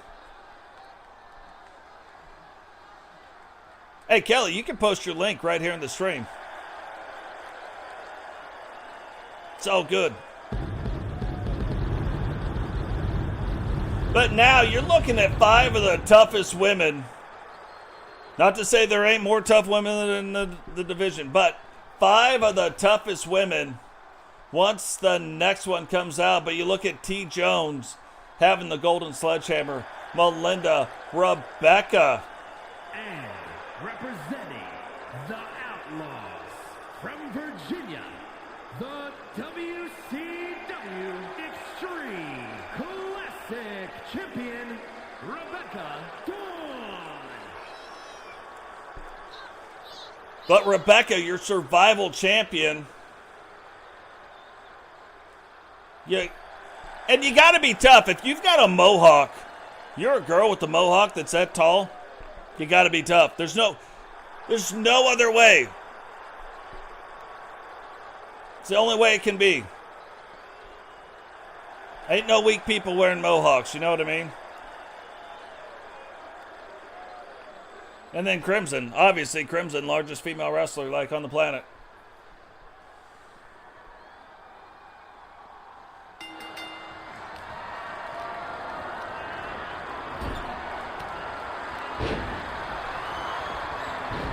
So 20-minute time limit,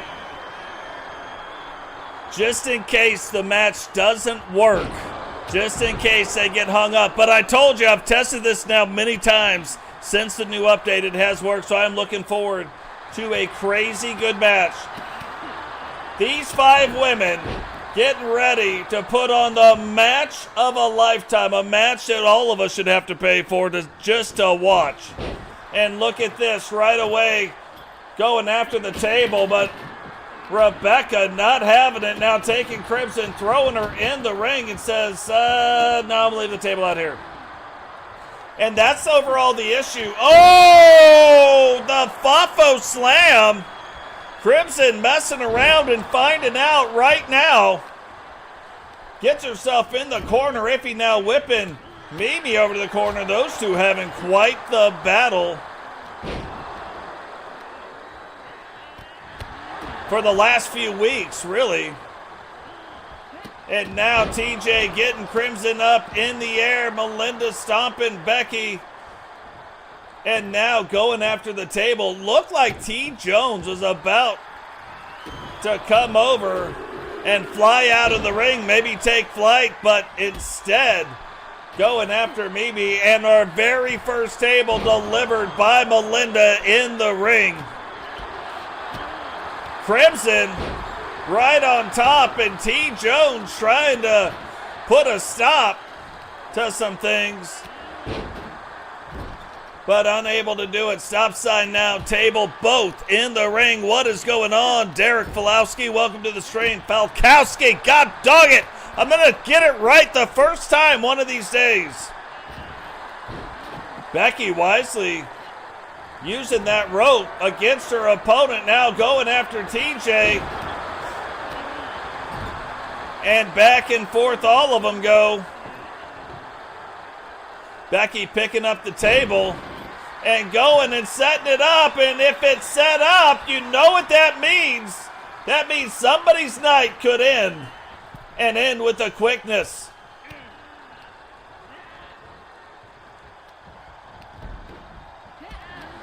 Just on an oopsie daisy, somebody's night could end right here. Just on a, I didn't really mean to do it, but look at this. Crimson was meaning to do it, but instead Becky and Melinda in the way. Finally table knocked down.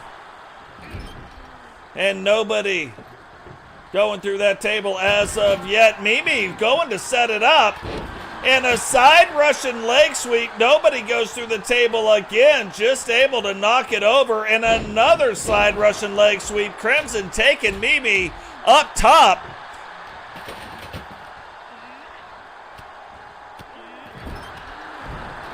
Not everybody, but a lot of people do have wrestlers in the Universe Mode.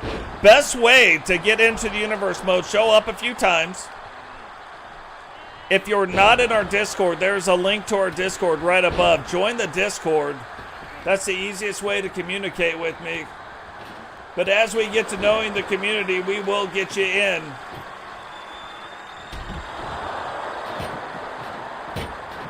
To the universe. 16 minutes left. Nobody has gone through the table as of yet, and look at those open hand slaps. Going on to Crimson. TJones stops her. Melinda able to turn it around a little bit, but now TJ using that table, smashing Crimson with it and setting it up. This is another thing that I've noticed. They used to set these tables up perfectly and wouldn't set them up otherwise. However, they have been setting them up anyway, all willy-nilly, which is really good. Whatever they did in 1.24 that they didn't say they did, hats off to you, 2K Dev Team. What is going on? AO Lux, welcome to the stream. Like I say, subscribe to the channel, join our Discord, get in the Discord, let us get to know you.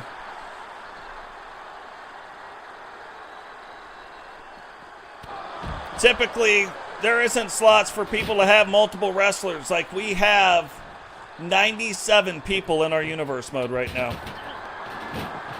That means we only have 2 slots left.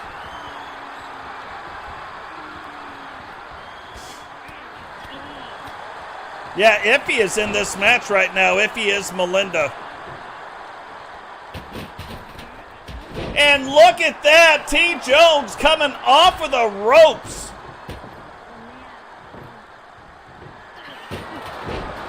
And the double table. Becky ends up winning it, smashing TJ. TJ rolls out, and Becky is just delivering tables to everybody. Now, sets up the table, gets out of the way. Can Crimson use that? Can any of them use that table? Oh! Oh, that was so close. Melinda now on her feet and now going after TJ. TJ backs up. Melinda picks up TJ.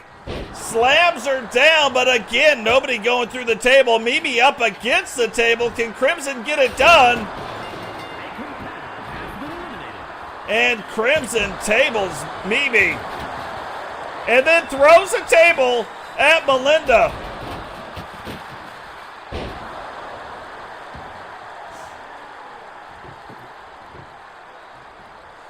Melinda now trying to get back up to her feet. Becky catching the foot of Crimson.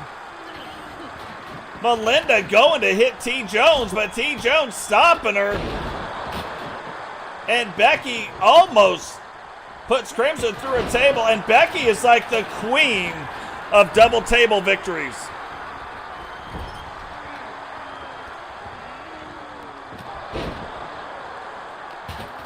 Becky absolutely controlling what is going on inside the ring right now on another level. And again, finally somebody stops Becky from hitting somebody with the table. Now TJones setting up the table, but does Iffy see it, or Melinda see it?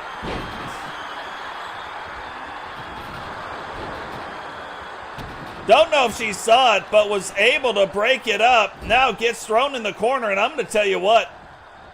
Shockingly, every time a table has been set up, Crimson has noticed it. And now Rebecca takes Crimson. Oh! Double corner splash. Melinda and Crimson both down. Becky trying to go after, but look, Melinda on the ground kind of breaking things up. Crimson notices it, but it might be too late. Becky puts TJ through the table. And then there were 3. Bafo slam onto Becky, and you gotta believe that is gonna slow Becky down a little bit. Becky and Melinda and Crimson getting after it inside the ring. Becky coming to, finding a table, sitting next to her and says, uh-oh, look what I found. Slides that table now into the ring. Crimson tries to tell Iffy to stop in the name of tables before she puts her through one, but misses. Melinda now getting back to her feet. Not gonna allow Crimson to put that table up. Gets her up somehow, smashes her down onto the table, and Becky lying there in wait, throws her into the corner, does a little flippity-zippity to her. A little zippity-doo-dah, flippity-yay, my oh my. What a wonderful day.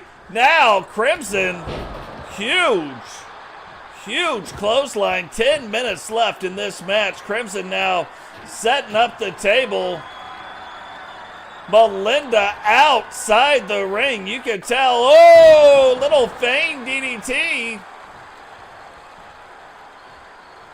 But will Crimson use that table? Don't know, trying to throw her up against it. Finally gets it, but Melinda stops her.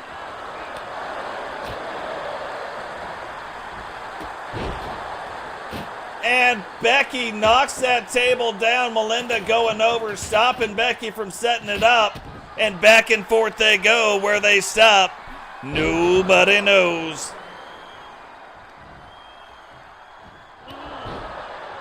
What is going on, Henry Sullivan? Welcome to the stream, brother.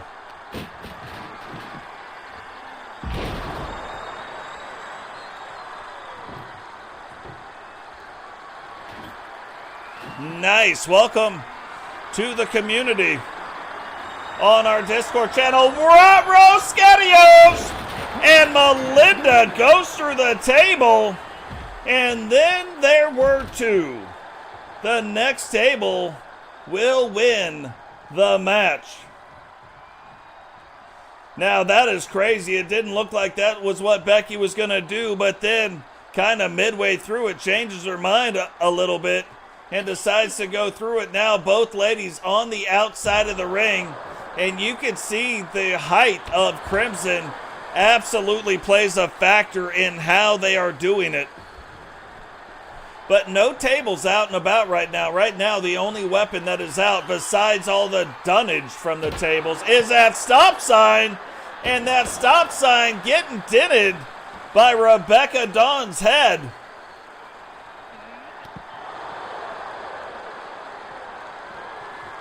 Crimson now trying to set up for her finisher.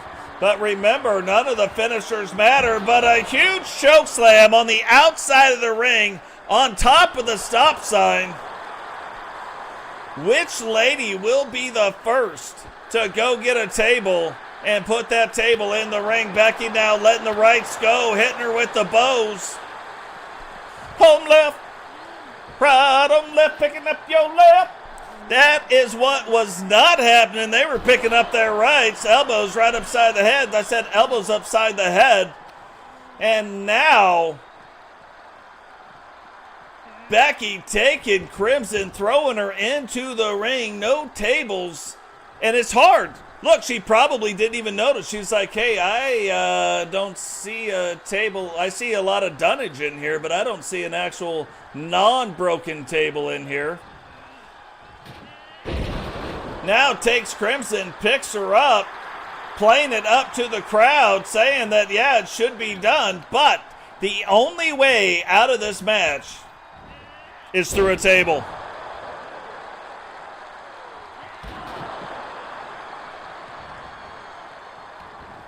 Yeah, I love it too. Now there we go. What?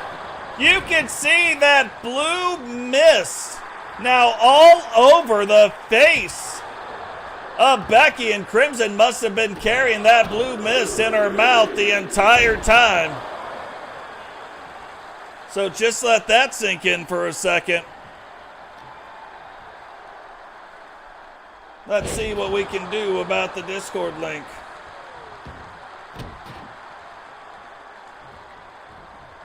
Try this one right here.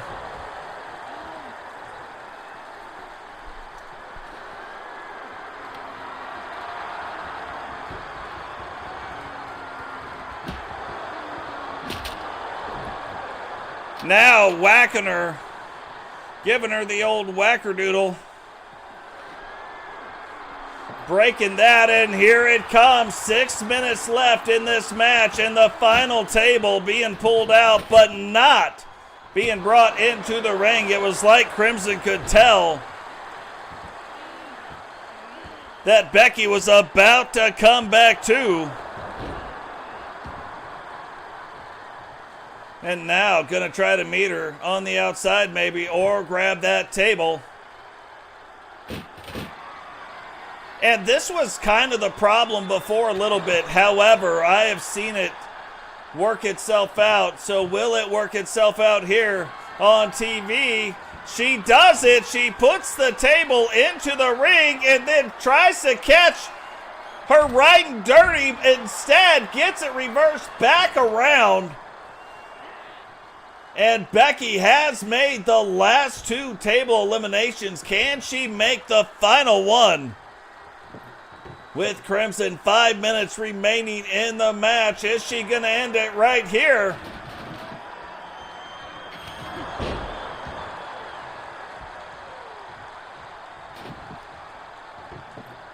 Picks up the table, hits her with it, and now goes, sets it up in the corner. Can she do it? Can she end it right here? And then you got to wonder, does Becky know the table is set up right now? Does Becky have any clue that this table is set up? It's one thing to know that the table is set up. It's another thing to not realize that, oh! She blocked her. She tried to hit her with the fire, and we wondered if she knew. She does know. And not only blocks the fire, but puts Crimson through the table to become the very first 5-table elimination winner. The very first 5-table elimination winner in the WCW. What can we expect from this match moving forward? But congratulations, hats off. Becky really starting to get on a roll, tabling 3 of the competitors here tonight. But what a crazy ending. You couldn't have scripted it any better. We already saw what happened. We saw her getting hit with the mist. Then Crimson tries to draw the fire out. Goes to hit her with the fire. Becky stops it. Crimson hits herself with the fire.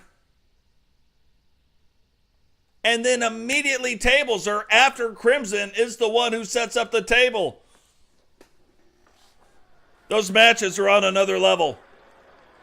But guys, we are down now to the main event of the evening. WCW World Title briefcase on the line here tonight. Who is going to come away with the Money in the Bank briefcase and a shot at the world title anytime they want it?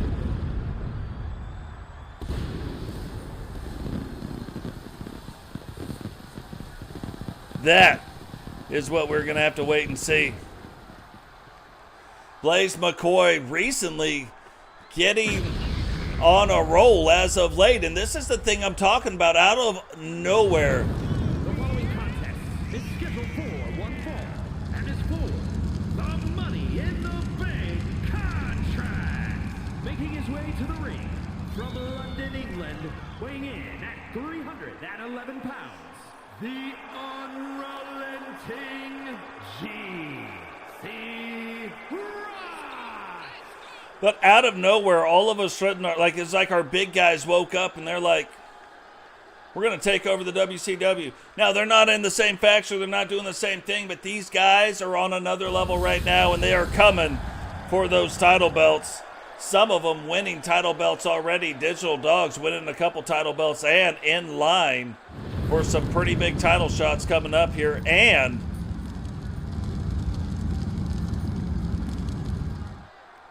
Brutus Walters winning the hardcore title. And then right now he's on an epic hardcore title run, really bringing a lot more legitimacy to that hardcore title belt. So, and his opponent from Pittsburgh, Pennsylvania, weighing in at 297 pounds, Blaise.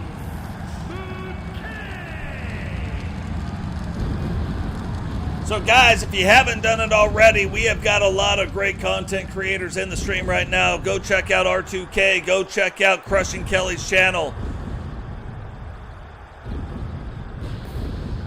Go check out The Witcher if you like doing, seeing the division type stuff. And she does some other stuff over there pretty cool.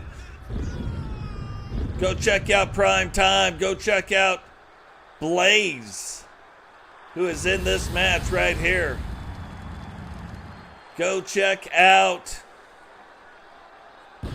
Solo Season Universe. We're going to see a lot of collaboration stuff going back and forth between the two of us. We went and raided another stream right in the middle of our stream. Not even a typical thing that we do, you know what I mean? But right now, coming down to the main event, GC Rock. Hey, go check out GC Rock's channel. GC Rock, over 60,000 or 70,000 subscribers. Big division YouTube streamer. So go check out his channel and his community, the Second Wave. Yeah, and we might do that tomorrow. We are podcasting. I don't care what happens. We're going to do a podcast tomorrow. I've tried for the last 5 days, and it just hasn't happened, and I love the podcast stuff, so we're going to do that tomorrow no matter what. Lots of stuff to talk about on that. But now Blaise McCoy turning things around. GC Rock kind of getting the early start, but Blaise getting back on track here right now.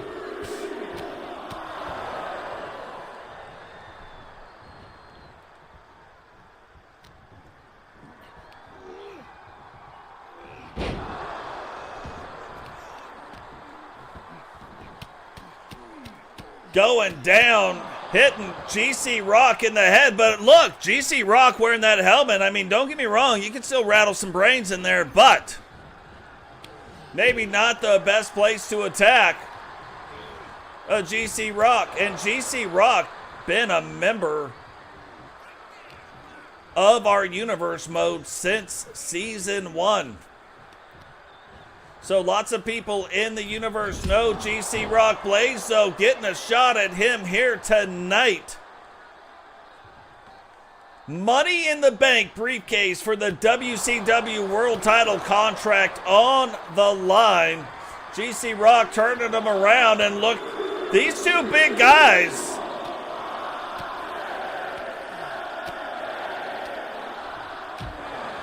These two big guys getting after each other. Don't even know how this one could possibly end, but we know that on the outside of this, you cannot win the Money in the Bank briefcase on a countout. And because neither person holds the Money in the Bank briefcase, that just means it'll stay open. Now Blaise split open, gets thrown back in the ring.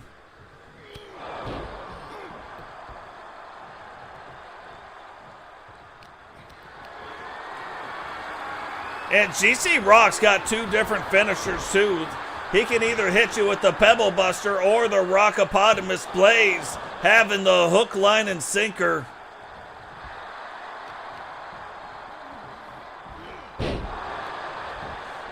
Look, pushes the chin. GC Rock able to kick out in one, however. But look, at the end of the day, these two guys, it doesn't matter if you can kick out in one. You look at the state of that powerbomb, and that could start to end your night quickly. You look at how powerful both guys are. Yeah, they can take a punch, but at the end of the day, at some point, these moves start breaking through that armor. These moves really start getting through and start doing some damage, and it only takes a power bomb like that to start to crack that armor, to start to get in on it a little bit, to start to take out the scales of the dragon.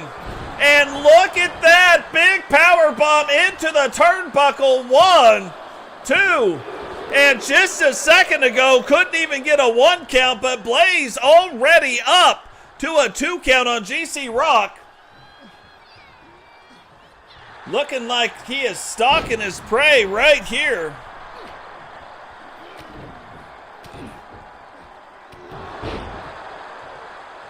But GC Rock now able to turn around Blaise using the ropes and a big boot, taking Blaise over that top rope. But look how fast Blaise recovers. He remembers what happened the last time they were on the outside of the ring. Recovers quickly, but G able to turn that around. And now Rot-Row with your SpaghettiOs. G able to turn it around. So these guys really a lot of back and forth going on.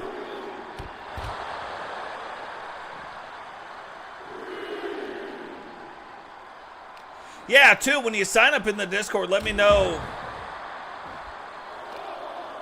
Well, you're in the U.S., so we can do it right through the Discord chat, so it's not a problem. Oh, you didn't know? That is a huge overhand right by GC Rock. GC Rock setting up the Rockopotamus, but again, you can win the match, but not the briefcase if you allow there to be a count out. But G, looking like he knows this, takes Blaise after the Rockopotamus, throws him in the middle of the ring, goes, rolls up the leg. This might be it. 1, 2, and somehow Blaise kicks out of the Rockopotamus, which doesn't normally happen. GC Rock trying to set up for it again. Blaise trying to get back to his feet. G going in for it. Blaise looks like he blocked it, and now fighting out of that. But another big overhand right there, going to the back. You can see the scars on the back of Blaise. So not a bad place to be attacking. Kick to the back of the head. Blaise still on the ground. GC Rock now working over the lower body, trying again everything he can do to get back to his feet. And I think G knows he might not want Blaise on his feet.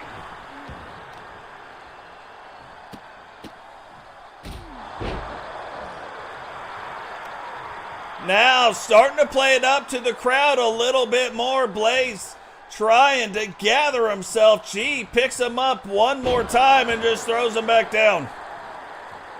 Blaise working his way back up. And look, if you're looking for a great match from two big guys, guess what you're getting? You're getting a great match from two big guys. Now picks him up, another neck breaker, goes, tries to pin him. This might be it. And GC Rock, for the second straight time, becomes Mr. Money in the Bank. Here is your winner, and Mr. Money in the Bank, the unrelenting GC Rock. GC Rock becoming Mr. Money in the Bank yet again. Cashed in his briefcase this past time and still unable. It's crazy because the Money in the Bank briefcase has only ever been cashed in one time successfully on the men or the women's side, and it was on the women's side, and it was cashed in by Kylie. So very crazy. But guys, that is going to do it for us here tonight. Remember, drop a like on the video. Subscribe if you're new. Turn on the bell notification so you don't miss anytime we go live. Share the video. One of the most important things you can do. Get the word out to people you know. Get the word out. Let them know what we're doing here. And then let them know we're doing it pretty good. I'm not going to say better because I haven't seen everybody, right? But let them know what's going on out here. Let's get together as a community and let's keep on growing. Guys, too, while you're out there in the world today, while you're out there in the world tomorrow, let's start choosing some grace. Let's start trying to understand that maybe the person you're talking to who's being an asshole, maybe they're also having a bad day. Maybe we can be the bigger person, and maybe all they need is a little bit of kindness to turn that day around, and hopefully they will extend that out. So let's show a little bit of grace. Guys, from everything we do here to all of you out there, I appreciate you. Love you guys, and we will catch all of you in the next one. Peace.